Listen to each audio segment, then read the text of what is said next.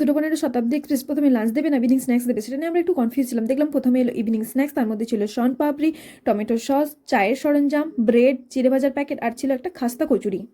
চায়ে চুমুক দিতে দিতে ভাবছিলাম, এই পথ যদি না শেষ হয় তবে কেমন হতো তুমি বলো তো। চলে আসে রাতের ডিনার। ছিল টক দই, পরোটা, আচার, হ্যান্ড স্যানিটাইজার, রাইস, পনিরের তরকারি আর ডাল। যেহেতু আমরা সবকিছু ভেজ অর্ডার করেছিলাম, তোমরা চাইলে নন ভেজও অর্ডার করতে পারো। ট্রেনের টিকিট কাটার সময় আমরা পৌঁছে যাই পুরী স্টেশন রাত্রি 10:30 নাগাদ, এবং এই পুরী স্টেশনের বাইরেই অনেক দর্শনার্থী শুয়েছিল। এরপর আমার মাথায় এলো, এত রাতে আমরা এবার হোটেলে পৌঁছাবো কিভাবে। দেখলাম পুরী স্টেশনের বাইরে একটা অটো স্ট্যান্ড আছে, যেখানে প্রচুর অটো দাঁড়িয়েছিল। ওখান থেকে আমরা একটা অটো বুক করে নিয়েছিলাম। আমাদের নিয়েছিল 100 রুপিস, যেখানে লেগেছিল পার হেড 20 রুপিস করে। আর আমাদের হোটেলটা ছিল পুরী স্টেশন থেকে মাত্র 1.5 কিলোমিটারের মধ্যেই।